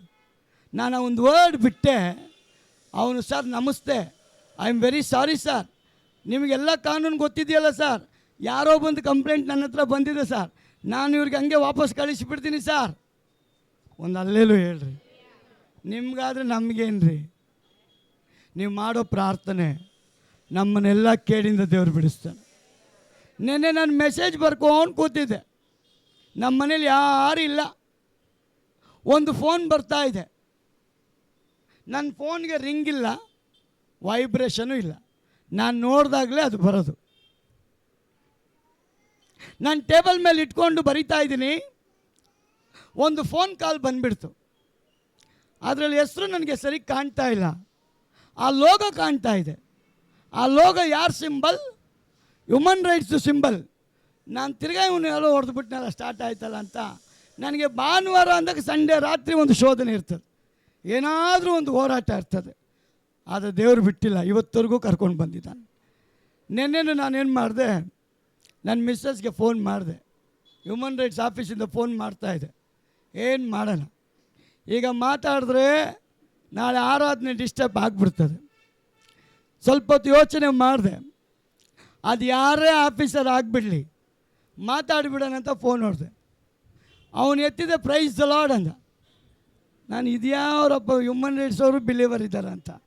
ಪಾಸ್ಟರ್ ನನ್ನ ಮದುವೆ ದಿನ ನನಗೆ ಪ್ರೇಯರ್ ಮಾಡಿ. ನಾನು ನೀನು ಯಾವಾಗಯ್ಯ ಹೋಗಿ ಸೇರ್ಕೊಂಬಿಟ್ಟೆ ಹ್ಯೂಮನ್ ರೈಟ್ಸ್ಗೆ. ದೇವರಿಗೆ ಸ್ತೋತ್ರ. ಭಯಕ್ಕೆ ನಾವು ಬಿಟ್ಕೊಟ್ರೆ ಭಯ ಹುಟ್ಟಿಸುತ್ತೆ, ಭಯಕ್ಕೆ ತಿರುಗಿಸಿ ನಿಲ್ತರೆ ಭಯನೇ ತೆಗೆದು ಬಿಡ್ತದಂತೆ. ಅವರು ಬಿಲೀವರ್, ಅವ್ರಂತಾರೆ ನಾನು ಸ್ವಲ್ಪ ದುಡ್ಡು ಕೊಟ್ಟು ಹ್ಯೂಮನ್ ರೈಟ್ಸಿಗೆ ಸೇರ್ಕೊಂಡ್ಬಿಟ್ಟಿದ್ದೀನಿ, ಅವ್ರು ಕೊಟ್ಟಿದ್ದು ಲೋಗೋನ ಹಾಕ್ಕೊಂಬಿಟ್ಟಿದ್ದೀನಿ. ದೇವ್ರಿಗೆ ಸ್ತೋತ್ರ. ಅವರು ವೆಡ್ಡಿಂಗ್ ಆ್ಯನಿವರ್ಸರಿಗೆ ಪ್ರಾರ್ಥನೆ ಮಾಡಿಸ್ಕೊಳ್ಳೋಕ್ಕೆ ಅಂತ ಮಾಡಿದಾಗ ಒಂದು ವೇಳೆ ನಾನು ಫೋನೇ ತೆಗ್ದಿಲ್ಲ ಅಂದಿದ್ದರೆ ಅವ್ರಿಗೆ ಆಶೀರ್ವಾದ ಮಾಡೋಕ್ಕೆ ಆಗ್ತಾ ಇರಲಿಲ್ಲ. ಧೈರ್ಯ ತಗೊಂಡೆ, ನನ್ನ ದೇವ್ರ ಸಹಾಯ ಮಾಡ್ದ. ಪ್ರಿಯ ಸಹೋದರ ಸಹೋದರಿ, ಯಾಕೆ ನಾನು ಈ ಮಾತು ಹೇಳ್ತಾ ಇದ್ದೀನಿ ಅಂದರೆ, ದೇವರ ವಾಕ್ಯ ಹೇಳ್ತದೆ, ದೇವರು ನಮ್ಮನ್ನು ಅಭಿಷೇಕ ಮಾಡಿರೋದು ಅಂಧಕಾರ ಶಕ್ತಿಗಳನ್ನು ಲಯಪಡಿಸೋದಕ್ಕೆ, ಭಯಪಡಿಸುವಂಥ ಕಾರ್ಯಗಳನ್ನ ಲಯಪಡಿಸೋದಕ್ಕೆ, ಯೇಸು ಜೀವಂತವಾಗಿದ್ದಾನೆ ಅಂತ ಹೇಳೋದಕ್ಕೋಸ್ಕರ ದೇವರು ನಮ್ಮನ್ನು ಇಟ್ಟಿದ್ದಾನೆ. ನೀವು ಯಾವಾಗ ಪ್ರಾರ್ಥನೆ ಮಾಡ್ತಿರೋ ಆ ಪ್ರಾರ್ಥನೆಯಲ್ಲಿ ಸತ್ಯ ಇರಬೇಕು. ಈ ಪರಿಸಾಯನು ಪ್ರಾರ್ಥನೆ ಮಾಡಿಬಿಟ್ಟ, ಅವನು ಹೇಳ್ತಾನೆ, ಸದುಕಾಯ, ಹೌದು ದೇವರೇ, ಆ ಸುಂಕದವನಂತೆ ನಾನಲ್ಲ. ಯಾವಾಗ ನೀನು ಬೇರೆಯವ್ರನ್ನ ಕಂಪೇರ್ ಮಾಡಿ ಪ್ರೇಯರ್ ಮಾಡ್ತೀಯೋ ಆ ಪ್ರೇಯರ್ ಸಕ್ಸಸ್ ಆಗಲ್ಲ. ತನ್ನನ್ನು ತಾನು ಒಳ್ಳೆಯವನಂತ ಹೊಗಳಿಕೊಳ್ಳೋವನು ದೇವರ ದೃಷ್ಟಿಯಲ್ಲಿ ಸಕ್ಸಸ್ ಆಗಲ್ಲ. ನಮ್ಮನ್ನು ಯಾರು ಹೊಗಳಬೇಕು? ಕರೆಯಲ್ಪಟ್ಟ ದೇವರು ಹೊಗಳಬೇಕು, ಕರೆಯಲ್ಪಟ್ಟ ಸಭೆ ಹೊಗಳಬೇಕು, ನೋಡುವಂಥ ಜನ ಗುಡ್ ಕ್ಯಾರೆಕ್ಟರ್ ಈ ಬ್ರದರ್ದು ಅಂತ ಹೇಳಬೇಕು. ಗುಡ್ ಕ್ಯಾರೆಕ್ಟರ್ ಈ ಸಿಸ್ಟರ್ಸ್ ಅಂತ ಹೇಳಬೇಕು. ಆಕೆ ನಮಗೋಸ್ಕರ ಕಣ್ಣೀರಿಡ್ತಾಳಲ್ಲ ಅಂತ ಹೇಳಬೇಕು. ಅವನ ಆ ಮಾತು ನಮಗೆ ಬರಬಾರ್ದು. ಜನ 1000 ಹೇಳಲಿ, ನಿಮ್ಮ ಕಾನ್ಸಂಟ್ರೇಷನ್ ಪರಲೋಕದ ದೇವರ ಕಡೆಗಿರಲಿ. ದೇವರ ವಾಕ್ಯ ಹೇಳ್ತದೆ, ಒಬ್ಬನ ನಡತೆಯನ್ನು ನಾನು ಮೆಚ್ಚಿದ್ರೆ ಅವನ ಶತ್ರುಗಳು ಅವನಿಗೇನಾಗಿರ್ತಾರಂತೆ, ಮಿತ್ರರಾಗಿರ್ತಾರಂತೆ. ಒಬ್ಬ ವೈರಿ ನಿಮ್ಮ ಮನೆಗೆ ಬಂದರೆ ನೀವೇನು ಮಾಡಬೇಕಂತೆ?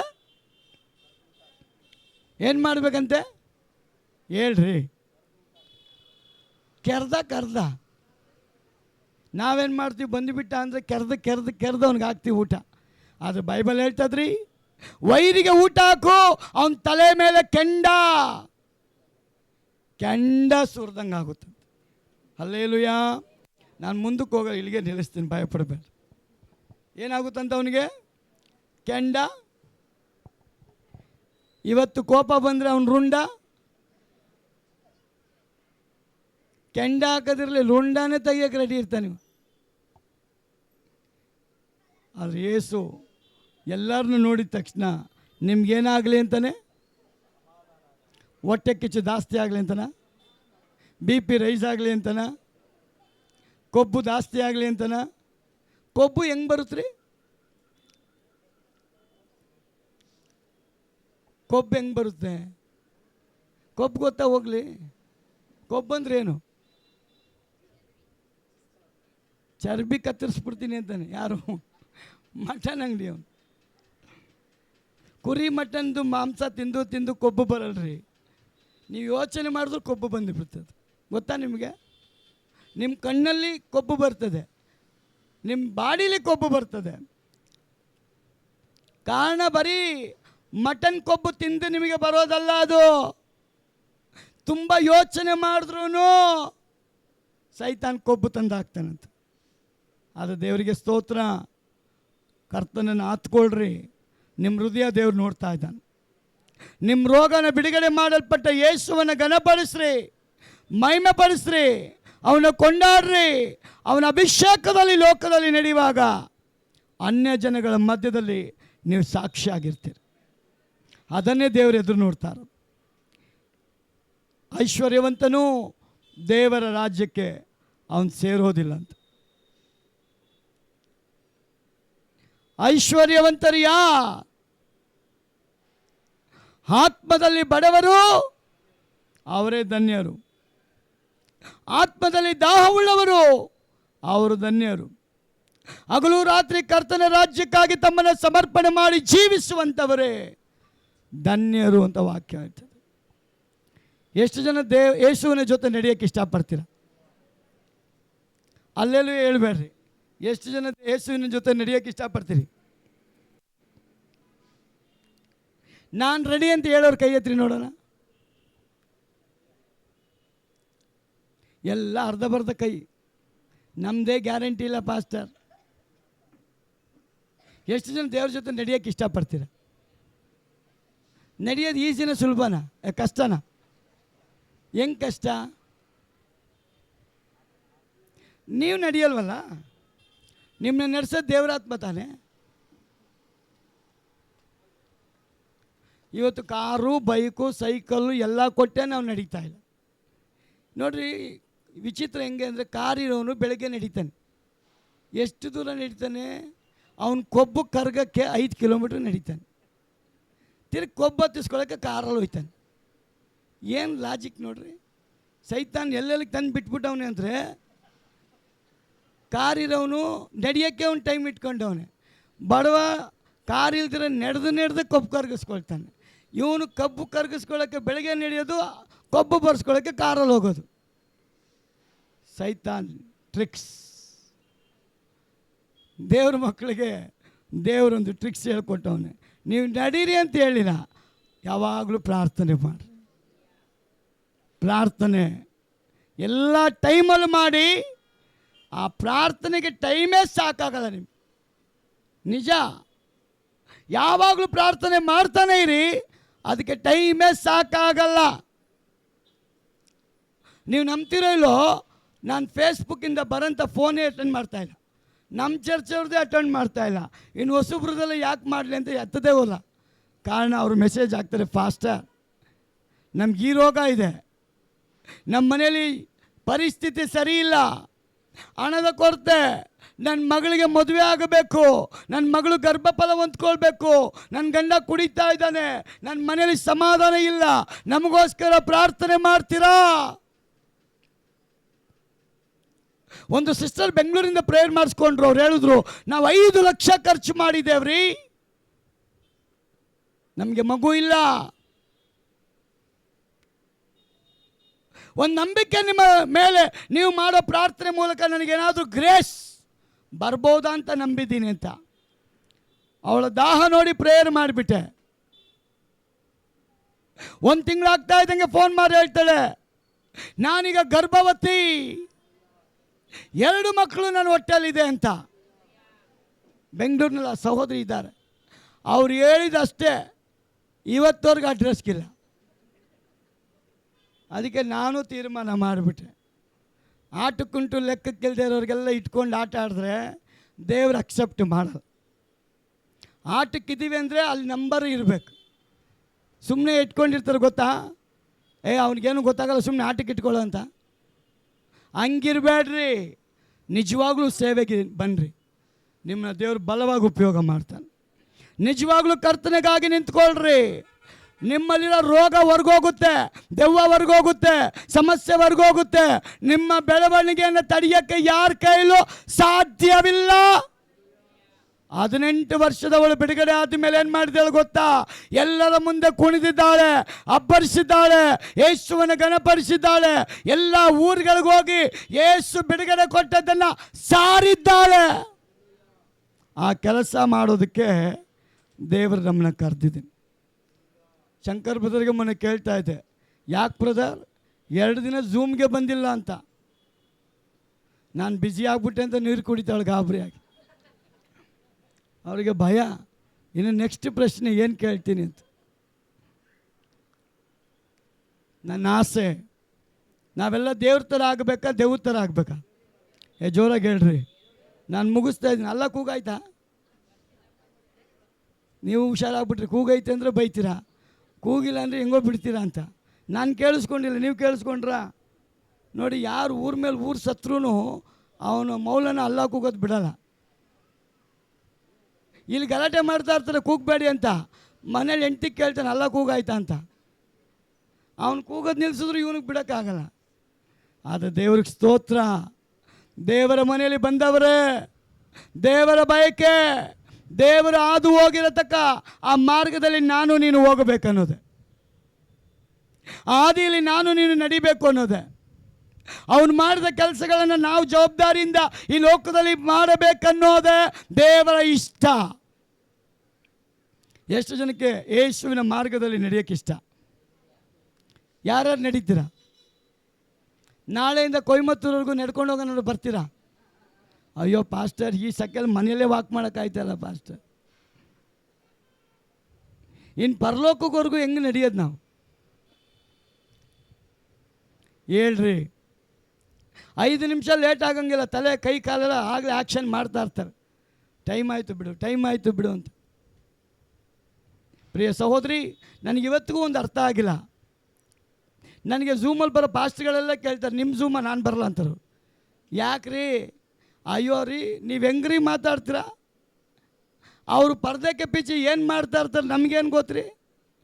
ಒಬ್ಬ ಮಲಗಿರ್ತಾನೆ, ಒಬ್ಬ ಎದ್ದಿರ್ತಾನೆ, ಒಬ್ಬ ಕೊತ್ತಂಬರಿ ಕುಯ್ತಾ ಇರ್ತಾನೆ, ಒಬ್ಬ ಮೆಣಸಿನ್ಕಾಯಿ ಹಚ್ತಾ ಇರ್ತಾನೆ, ಇನ್ನೊಬ್ಬ ಇಲ್ಲಿ ಮೊಬೈಲ್ ಆನ್ ಮಾಡೋ ಟಿ ವಿ ನೋಡ್ತಾ ಇರ್ತಾನೆ.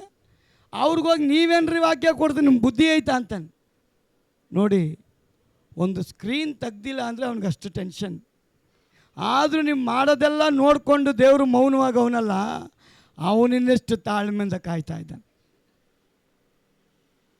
ನಾನು ಸುಮ್ಮನೆ ಹೇಳ್ತಾ ಇಲ್ರಿ, ನನಗೇನೋ ಪ್ರಾಬ್ಲಮ್ ಇದೆ, ನಿಮಗೇನು ಪ್ರಾಬ್ಲಮ್ ಇದೆ? ನಾನು ಎಲ್ಲಿದ್ದೀನಿ ಅಂತ ಜನ ಕಂಡುಹಿಡಿತಾರ್ರಿ. ನೀವು ನಿಮ್ಮ ಮನೇಲೇ ತಾನೇ ಇರಬೇಕು. ಪ್ರಿಯ ಸಹೋದರಿ, ದೇವರ ಮಾತನ್ನು ಅವಳು ಶ್ರದ್ಧೆಯಿಂದ ಕೇಳಿದಕ್ಕೆ ಬಿಡುಗಡೆ. ಹಾಗಾದರೆ ಪ್ರಿಯ ಸಹೋದರ, ನಾನು ದೇವರ ಮಾತನ್ನು ಕೇಳ್ತಾ ಇದ್ದೇನೆ ಅಂತ ಹೇಳಿ ಸಮಯ ಇದ್ದು ಸಮಯ ಇಲ್ಲದವರಾಗಿ ನಡೆಯುವಾಗ ಅದು ದೇವರು ಒಪ್ಕೊಳ್ತಾನ? ನನ್ನ ಆಸೆ ಒಂದೇ, ನಾವು ಸ್ವಲ್ಪ ದಿನ ಇದ್ರೂ ಪರವಾಗಿಲ್ಲ, ಜಾಸ್ತಿ ದಿನ ಇದ್ರೂ ಪರವಾಗಿಲ್ಲ, ದೇವರು ಮೆಚ್ಚುವಂಥ ಮಕ್ಕಳಾಗಿ, ದೇವರು ಮೆಚ್ಚುವಂಥ ಸಭೆಯಾಗಿ, ದೇವರು ಮೆಚ್ಚುವಂಥ ಜೀವಿತವನ್ನು ನಾವು ಮಾಡಬೇಕು. ದೇವರಿಗಾಗಿ ಸಾಕ್ಷಿ ಕೊಡಬೇಕು. ಎಷ್ಟು ಜನ ಹಾಗೆ ನಡೆಯೋಕ್ಕೆ ಇಷ್ಟಪಡ್ತೀರ? ನೀವು ಬರೀ ಅರಿಕೆ ಮಾಡಿರಿ, ನಾನು ದೇವ್ರು ನಡೆಸೋದಕ್ಕೆ ಶಕ್ತನಾಗಿ. ಪೌಲ್ ಸುಮ್ಮನೆ ಹೇಳಲಿಲ್ಲ, ನಾನು ಜೀವಿಸಿದ್ರು ಕ್ರಿಸ್ತನೇ, ಸತ್ರು ಕ್ರಿಸ್ತನೇ. ನಾವೆಷ್ಟು ಹಾರ್ಡ್ ವರ್ಕ್ ಮಾಡೋರಾಗಿದ್ದೀವಿ, ಅದೇ ದೇವ್ರಿಗೋಸ್ಕರ ಒಂಚೂರು ವರ್ಕ್ ಮಾಡೋಕ್ಕೆ ರೆಡಿ ಇದ್ದೀವಾ? ನಿಜವಾಗ್ಲೂ ನಮ್ಮನ್ನು ಪರೀಕ್ಷೆ ಮಾಡಿ ನೋಡ್ರಿ. ದೇವರ ಭಯ ಇಲ್ಲದವರಾಗಿ ನಾವು ಜೀವಿಸ್ತಾ ಇದ್ದೇವೆ. ದೇವರು ನಮ್ಮ ಹೃದಯ ನೋಡ್ತಾ ಇದ್ದಾನೆ. ನಮ್ಮನ್ನು ನಾವು ತಿದ್ಕೊಳ್ಬೇಕು, ನಮ್ಮನ್ನು ನಾವು ಪರಿಶೋಧಿಸ್ಕೊಳ್ಬೇಕು. ಅದು ನೀವಾಗಲಿ ನಾವಾಗಲಿ ನಮ್ಮನ್ನು ಪರೀಕ್ಷೆ ಮಾಡಿಕೊಳ್ಳುವಾಗ ಮಾತ್ರ ನಮ್ಮ ದೇವರು ನಮ್ಮ ಜೊತೆ ಬರೋದಕ್ಕೆ ಸಾಧ್ಯ. ಅವನ ವಾಗ್ದಾನ ತಪ್ಪಲ್ಲ, ಅವನು ನಮ್ಮನ್ನು ಕೈ ಬಿಡಲ್ಲ, ನಮ್ಮನ್ನು ತೊರೆಯಲ್ಲ. ನಾವೆಲ್ಲ ಕಣ್ಗಳು ಮುಚ್ಚಿ ದೇವರಿಗೆ ಹೇಳೋಣ, ಸ್ವಾಮಿ, ಏನೋ ತಾನೇ ಅಂತ ಕ್ರೈಸ್ತನಾಗಿರೋದು ಬೇಡಪ್ಪ, ಸಾಕ್ಷಿಯ ಜೀವಿತಕ್ಕೆ ನನ್ನನ್ನು ನಡೆಸು. ನಿನಗಾಗಿ ಜೀವಿಸುವಂಥ ಮಗನಾಗಿ ಮಗಳಾಗಿ ನನ್ನನ್ನು ಆಯ್ಕೆ ಮಾಡು. ಕ್ರಿಸ್ತನಿಲ್ಲದ ದಿನ ಕ್ರಿಸ್ತನಲ್ಲವೇ ಅಲ್ಲ, ಆ ಬಾಳು ಅಲ್ಲವೇ ಅಲ್ಲ. ನಾವೆಲ್ಲ ದೇವ್ರ ಸಮ್ಮುಖದಲ್ಲಿ ಎದ್ದು ನಿಂತುಕೊಳ್ಳೋಣ, ದೇವರಿಗೆ ಒಪ್ಪಿಸಿಕೊಡೋಣ.